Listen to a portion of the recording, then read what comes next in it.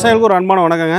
பசுமை பாரதம் வந்து பார்த்திங்கன்னா, ஒவ்வொரு நாளும் ஒவ்வொரு மரப்பயிர், பலப்பயிர் சாகுபடி பற்றி நம்ம சொல்லிகிட்டு இருக்கிறோம். அந்த வகையில் வந்து பார்த்திங்கன்னா, இன்றைக்கி நாமக்கல் மாவட்டத்துக்காக நம்ம விசிட்காக வந்திருக்கிறோம். இந்த நாமக்கல் மாவட்டத்தில் வந்து பார்த்திங்கன்னா, இப்போ வந்து காயா மகோகனி சாகுபடி செஞ்சுருக்கேன். இந்த காயா மகோகனி சாகுபடி செஞ்சுருக்கேன். என்னுடைய வளர்ச்சி எப்படி இருக்குது, என்னுடைய க்ரோத் எப்படி இருக்குது அப்படின்னு சொல்லிட்டு நம்ம ஃபீல்டில் செக் பண்ணுறக்காக வந்திருக்கிறோம்.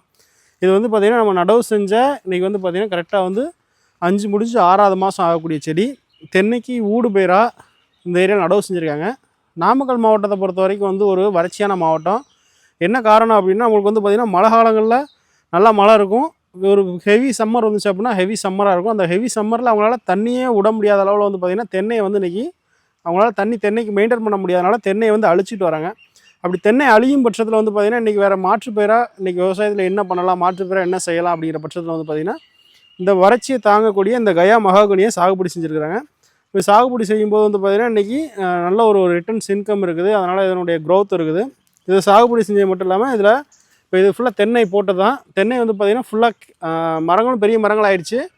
ப்ளஸ் வந்து நிறையா ஸ்பேஸும் வந்துருச்சு. நிறையா மரங்கள் வந்து பார்த்திங்கன்னா ரொம்ப ட்ரையாக இருக்கக்கூடிய ஸ்டேஜில் மரங்கள் ஃபுல்லாக அழிஞ்சிச்சு. அந்த அழிஞ்ச பட்சத்தில் வந்து பார்த்திங்கன்னா இதுக்கு இன்றுக்கிறப்ப ஊடு பயிராக இந்த கயா மகாகனியை வந்து செலக்ட் பண்ணுறாங்க. இது இப்போ நடவு பண்ணி கரெக்டாக வந்து பார்த்திங்கன்னா ஒரு 5 மந்த் ஆகுது. நியரஸ்ட்டு 5 மந்த்தில் வந்து பார்த்திங்கன்னா நம்மளுக்கு ஒரு 5 அடியிலேருந்து 6 அடி வரைக்குமே 7 அடி வரைக்குமே செடிகள் வந்து வளர்ச்சி வந்துருக்குது. இது வந்து பார்த்திங்கன்னா என்ன காரணம் அப்படின்னா, இப்போ செடி நடவு செஞ்ச முதல் 2 மாதம் 3 மாதம் வந்து பார்த்திங்கன்னா நம்மளுக்கு வளர்ச்சி வந்து ரொம்ப ஸ்லோவாக தான் இருக்கும். 2-3 மாதத்துக்கு மேலே தான் நம்மளுக்கு வந்து பார்த்திங்கன்னா இப்போது இது ஃபுல்லாகவே உங்களுக்கு இதனுடைய வளர்ச்சியை பார்த்தாலே தெரியும். ஒவ்வொரு லீஃபுமே வந்து பார்த்திங்கன்னா பயங்கரமான இது ஃபுல்லாகவே புது லீஃப். இந்த புது இலை அப்படிங்கிறது உங்களுக்கு தெரியும், லைட் க்ரீனிஷாக இருக்கிறது ஃபுல்லாகவே புது லீஃப். இப்போ ஒரு வாரம் 10 நாளுக்குள்ளே வளர்ந்த வளர்ச்சி தான் இந்த அளவுக்கு வளர்ச்சி வருது. அந்தளவுக்கு வந்து வேகமாக வளரும். எதுக்காக இன்றைக்கி மாற்று பேர் இந்த ஆப்பிரிக்கன் மகோகனியை கயா சலங்கன்சிஸ் அப்படிங்கிற செடியை நம்ம சாகுபடி செய்கிறோம் அப்படின்னா, இன்றைக்கி இது வந்து ஒரு வறட்சியை தாங்கக்கூடிய ஒரு பயிர். இன்றைக்கி விவசாயிகள் ஃபுல்லாக வந்து அவங்கவுங்க லேண்டுக்கு இப்போ தண்ணி ஒரு சில விவசாயிகள்ட்ட தண்ணி அதிகமாக இருக்கலாம், இல்லை தண்ணி கம்மியாக இருக்கலாம், இல்லை தண்ணி இல்லாமல் இருக்கலாம். அப்போ நம்ம நிலங்களில் தண்ணி இல்லை, தண்ணி கம்மியாக இருக்குது, நம்மளுக்கு ஒரு 2 வருஷம் இன்றைக்கி தண்ணி இருக்குது, 1 வருஷம் 2 வருஷம் கழிச்சு ஒரு வறட்சி வரும்போது நம்மளால் தாக்கு பிடிக்க முடியாது அப்படிங்கிற இடத்துக்கு வந்து பார்த்திங்கன்னா இந்த கயா மகாகனி வந்து பார்த்திங்கன்னா பயங்கர சூட்டபிள் ஆகும். அதே மாதிரி சேம் தண்ணி அதிகமாக இருக்குது, தண்ணி அதிக நீரோடைகள் இருக்குது, தண்ணி ஊரில் தண்ணி தேங்கியே நிற்கும், குளம் மாதிரி நிற்கும், அந்த மாதிரி இடங்களுக்குமே இது சூட்டபிளாக இருக்கும்.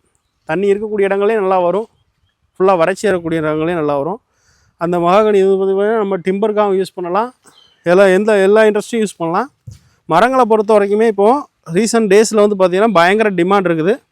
எல்லா மரங்களுமே பயங்கர டிமாண்ட் வந்துருச்சு. இன்றைக்கி சாதாரண சவுக்கு மரம் நம்மளுக்கு 4000, 3500, 5000 இருந்த ஒரு டன்னு இன்றைக்கி வந்து பார்த்திங்கன்னா 10,000 வரைக்கும், 8000, 8500 வரைக்கும் டன் வந்துருச்சு. அதனால் மரங்களுடைய ரேட் ஒவ்வொரு நாளைக்கும் வந்து பார்த்திங்கன்னா இன்க்ரீஸ் ஆகிட்டே தான் வருது.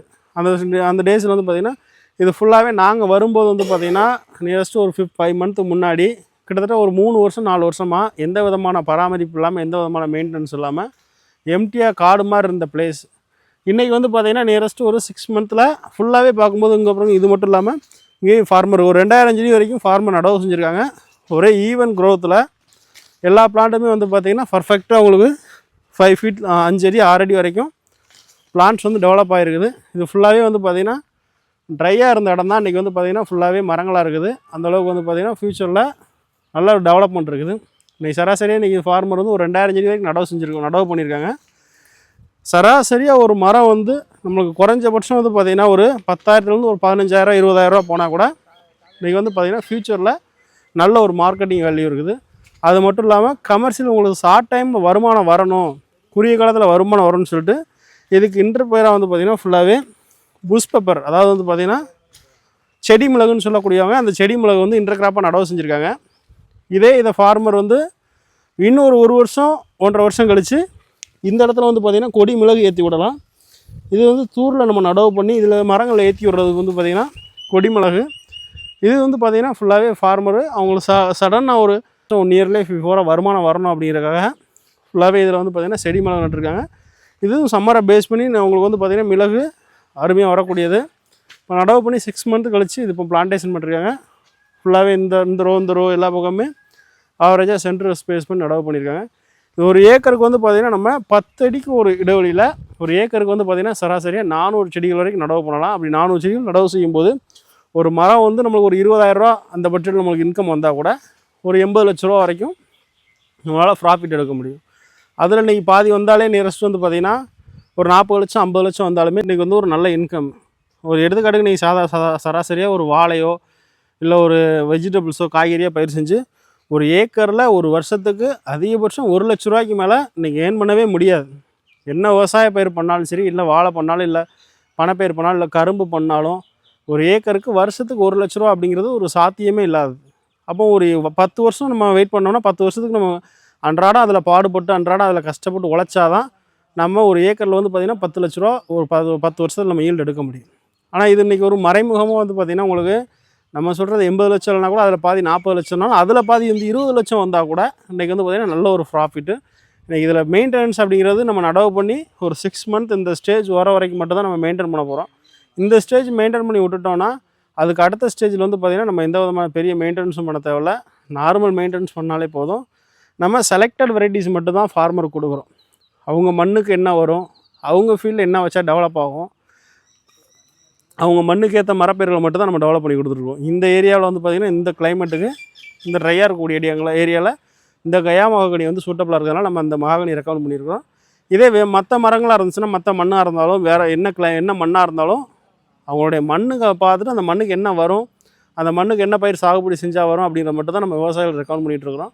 அதனால் அந்த மாதிரி மண்ணுக்கேற்ற மரப்பயிரை தேர்வு செஞ்சோம் அப்படின்னா, சரியான ரகங்களை தேர்வு செஞ்சோம் அப்படின்னா நம்ம ஃப்யூச்சரில் நல்ல ஒரு வருமானம் எடுக்க முடியும். அதனால் இது மாதிரி தேவைப்படக்கூடிய விவசாயிகள் உங்களை தொடர்பு கொண்டீங்கன்னா ஃபீல்டை வந்து பார்த்துட்டு அதுக்கேற்ற மாதிரி ஆலோசனை பண்ணி ஃபீல்டை டெவலப் பண்ணி கொடுக்க ரெடியாக இருக்கிறோம். இந்த மாதிரி பண்ணணும் மாதிரி சாகுபடி செய்யணும், இடங்கள் சும்மாவே இருக்குது, எம்டி லேண்டாகவே இருக்குது, அந்த மண்ணுக்கு என்ன வைக்கலாம், என்ன பயிர் வைக்கலாம் அப்படிங்கிற மாதிரி ஆலோசனைகள் தமிழ்நாடு ஃபுல்லாக எல்லா டிஸ்ட்ரிக்டும் நம்மளுடைய ஸ்டாஃப் ஒர்க் பண்ணுறாங்க. உங்களுடைய ஃபீல்டை வந்து விசிட் பண்ணுறதுக்காக வெயிட் பண்ணுறாங்க. தேவைப்படக்கூடிய விவசாயிகள் காண்டாக்ட் பண்ணுங்கள். நன்றி, வணக்கம்.